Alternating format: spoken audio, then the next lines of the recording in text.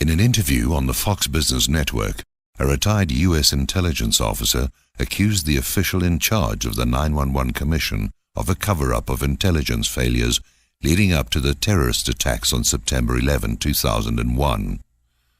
Appearing on the political talk show Freedom Watch, Lieutenant Colonel Anthony Shaffer, a former Defense Intelligence Agency officer and the author of Operation Darkheart, a much-hyped new book on the war in Afghanistan, spoke about his mid-October 2003 encounter with Dr. Philip Zelikows, then Executive Director of the National Commission on Terrorist Attacks upon the United States.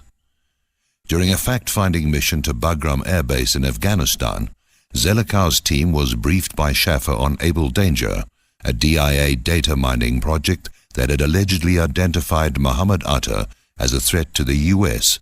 a year before 9/11. There's then the Able Danger cover-up. Former Congressman Kurt Weldon of Pennsylvania came forward and talked about Able Danger with the help of Colonel Shaffer and Captain Philpott, DIA officers. They're talking about Atta and other accused patsies being in the United States early in the year 2000. Then we had an absurd comedy of errors. The Able Danger people said that they had informed the Kane-Hamilton Commission in the person of Zelikows in a tent in Afghanistan that this group of patsies had been in the United States much earlier than was otherwise thought.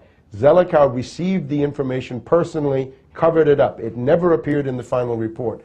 When Weldon and the Able Danger people made their accusations in the summer of 2005, the Kane-Hamilton Commission first denied it, then they confirmed it, and then they denied it and said it was not important because it had no historical significance. So there's Zelikows covering up evidence, destroying evidence, and leaving out relevant facts. Parenthetically, the Mohammed Atta identified by Able Danger may have been an imposter operating under a stolen identity, as occurred in the assassination of a senior Hamas official in Dubai. The father of hijacker Mohammed Atta expressed disbelief today at his home in Egypt that his son could have been one of the suicide terrorists. There is absolutely no link between my son and Islamic groups. Mohammed, my son, hates Osama bin Laden like he hates the sinner. He was killed, I do not know, but he called me a few days ago after the attack. Whichever Mohammed Atta was referred to by Shaffer in Bagram, Zelikows reportedly fell silent with shock at the news. After the initial disclosure, Dr. Zelikows came to me at the end of the meeting, gave me his card and said, what you said today is critically important, very important. Please come see me when you return to Washington, D.C. I returned to Washington, D.C. January of 2004, call in, they say, we want to see you, stand by, nothing happens, a week goes by, I call again, they say, we don't need you to come in, we have all the information on Able Danger we need, thank you anyway. And that was where it ended. None of the information provided by Shaffer appeared in the 911 Commission's 585-page report, however. So there's a lot of things that never made it in that 9/11 report. Judge, that is the bottom line, and I think it's been revealed over and over for the past 2 years that things were either by negligence left out or, and I believe, by purpose left out. All right, switching gears before I go to... Another guest on the show, Michael Scheuer, who headed the CIA's Bin Laden unit from 1996 to 1999, spoke of a similarly frustrating experience with the 911 Commission staff director, describing the 911 Commission report as... It was a whitewash and a lie from top to bottom. Scheuer said he provided Zelikows with over 400 pages of official government documents detailing intelligence failures before 9/11. I never heard one word back from Zelikows. I personally talked to Zelikows several times, to a guy named Ben Venista a couple times. Right. They all seemed very interested in what you had to say, but at the end of the day, it didn't make it into the report. This is not the first time that questions have been raised about Zelikows' handling of the 911 Commission. In his 2009 book, The Commission, Philip Shannon, an investigative reporter for the New York Times, wrote about how tightly Zelikows was able to control the flow of information on the Commission, and that everything was run through him. You know, it's a polite fiction in Washington that blue ribbon commissioners, the members of blue ribbon commissions, write their own reports. That's almost never the case. Usually they're written by a staff of researchers or congressional researchers, mostly young people, who do most of the digging and do most of the writing. And the commissioners usually sign off on what has been developed by their staffs. But those people, the real investigators, the real diggers, weren't available to me during the course of my reporting on the commission. They had been ordered by their boss, a fellow by the name of Philip Zelikows, a very prominent historian at the University of Virginia, not to talk to reporters. At risk of their jobs, they were told if they talked to a reporter, that was a fireable offense.